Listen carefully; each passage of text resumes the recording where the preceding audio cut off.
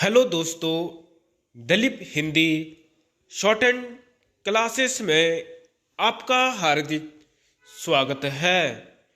दोस्तों, आज की डिक्टेशन आशुलिपि उच्च गति अभ्यास खंड 2 रामधारी गुप्ता से बोली जाएगी।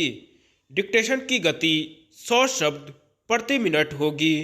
डिक्टेशन स्टार्ट करते हैं 5 सेकंड बाद।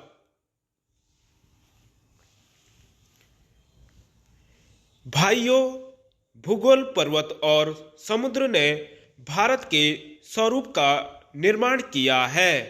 कोई मानव संस्था इसके आकार को बदल सकती है और न ही उसके अंतिम लक्ष्य में बाधक बन सकती है। आर्थिक परिस्थितियों और अंतर्राष्ट्रीय मामलों की लगातार मांगों के कारण भारत की एकता और भी आवश्यक हो गई है। भारत के जिस चित्र को हमने अपने दिलों में संजोया है, वह सदा हमारे दिलों और दिमागों में रहेगा। अखिल भारतीय कांग्रेस समिति गंभीरता से यह विश्वास करती है कि जब वर्तमान भावनाओं की उत्तेजना समाप्त हो जाएगी तो भारत की समस्याओं को उचित परिप्रेक्ष्य में देखा जाएगा और भारत में दो राष्ट्रों के अस्तित्व के झूठे सिद्धांत को समाप्त कर दिया जाएगा और सभी इसका त्याग कर देंगे। सामान्यतः राष्ट्रीयता जातीय, भाषाई अथवा भौगोलिक तत्वों पर आधारित होती है, परंतु इस्लाम का अलग अस्तित्व है जो अन्य धार्मिक वर्गों में मिश्रित नहीं होता।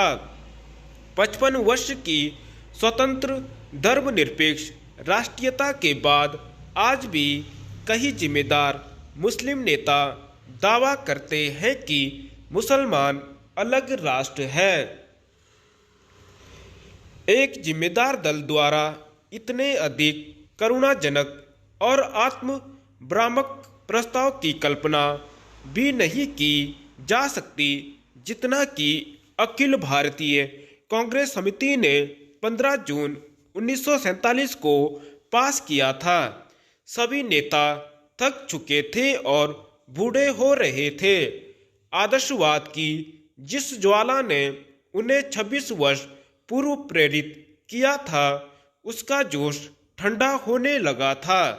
कांग्रेस का विकास सदा ही बदलते नेतृत्व के माध्यम से हुआ था, परंतु पिछले 25 वर्षों में वही नेता कांग्रेस की सत्ता संभाले हुए थे। उनके व्यक्तित्व और उनके त्याग ने उनको जो ख्याति प्रदान की थी, उनको जो बल प्रदान किया था, उसको कोई युवा नेता चुनौती देने का साहस नहीं कर सकता था।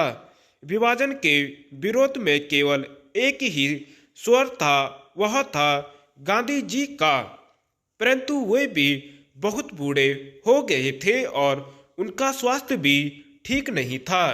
उन्होंने अखिल भारतीय कांग्रेस समिति से प्रस्ताव स्वीकार करने के लिए कहा। यदि वे नई कार्यकारिणी समिति और नई अंतरिम सरकार के लिए नए नेता नहीं चुन सकते।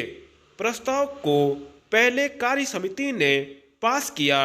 गांधी जी से विशेष रूप से प्रार्थना की गई थी कि वे उपस्थित हों और सभा को संबोधित भी करें। लेखक अखिल भारतीय कांग्रेस समिति की बैठक में उपस्थित था। गांधी जी भाषण स्पष्ट रूप से उनके दुख का द्योतक था। उन्होंने कहा कि उनके विचार सर्वविदित हैं, फिर भी उन्होंने अखिल भारतीय कांग्रेस समिति को प्रस्ताव पास करने की सलाह दी। उन्होंने कहा कि अखिल भारतीय कांग्रेस समिति को इसे रद्द करने का अधिकार है। परंतु किसी ने इसका उत्तर नहीं दिया। उस समय ब्रिटेन भारत से चले जाने के लिए और अपनी साम्राज्यवादी धाक छोड़ने के लिए बहुत उत्सुक था। अब यह बोझ उनके लिए बहुत भारी हो गया था।